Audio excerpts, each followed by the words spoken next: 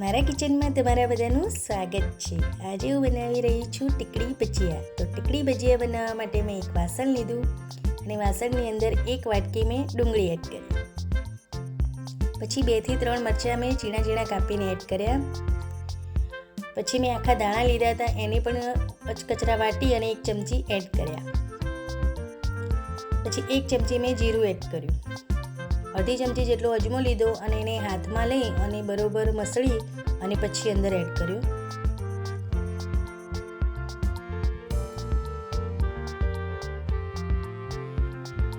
પછી મેં અડધી ચમચી જેટલું મરચું એડ કર્યું,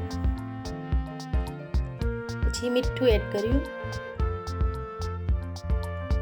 અને ગરમ મસાલો એડ કર્યો। ગરમ મસાલાનો અંદર ટેસ્ટ સારો લાગે છે। અને પછી મેં લીલા ધાણા એડ કર્યા। પછી મેં લગભગ 2 વાટકી જેટલું આપણું બેસન એડ કર્યું, 1 વાટકી કર્યું અને બીજી વાટકી કરી, એમ કરીને મેં 2 વાટકી એડ કર્યું અંદર। પછી બધું જ મેં મિક્સ કરી નાખ્યું।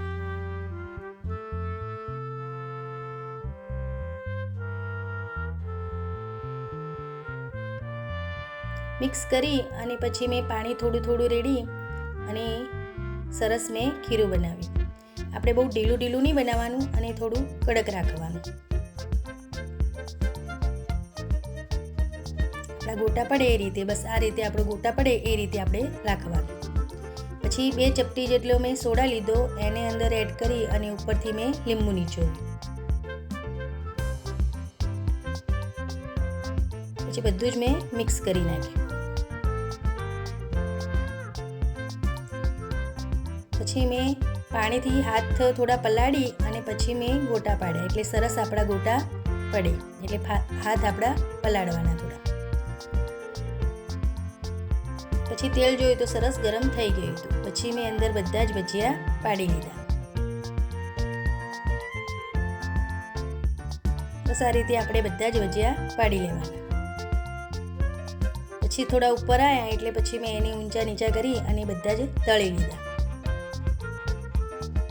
સરસ તળાઈ ગયા પછી મેં બધા જ બહાર કાઢી દીધા। બહાર કાઢી અને પછી એક વાસણમાં લઈ લીધા।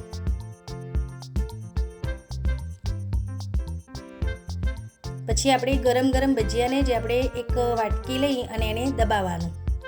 આપણે આ પ્રોસેસ ગરમ ગરમ ભજીયામાં જ કરવાની, ઠંડા નહીં થવા દેવાના।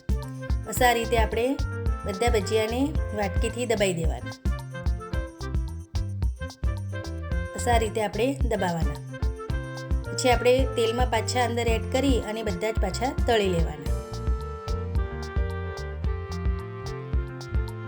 સરસ આ રીતે આપણા તળી જાય પછી આપણે એને કાઢી લેવાના।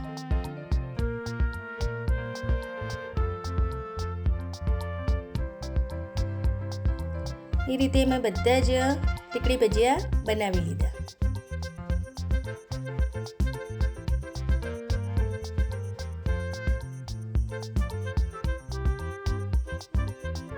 ટીકડી ભજીયા બહુ સરસ લાગે છે અને ચોમાસું હોય ત્યારે, વરસાદ આવતો હોય ત્યારે તો બહુ જ ખાવાની મજા આવે છે। જો હું એક તોડીને બતાવું તો અંદરથી પણ એટલા સરસ બન્યા છે ને। તમે એક વખત આ ટીકડી ભજીયા ઘરે બનાવજો। ઘરે બનાવશો ને તો તમે બહારના લઈને ખાશો પણ નહીં અને અવારનવાર ઘરે બનાવીને જ ખાશો। આવજો।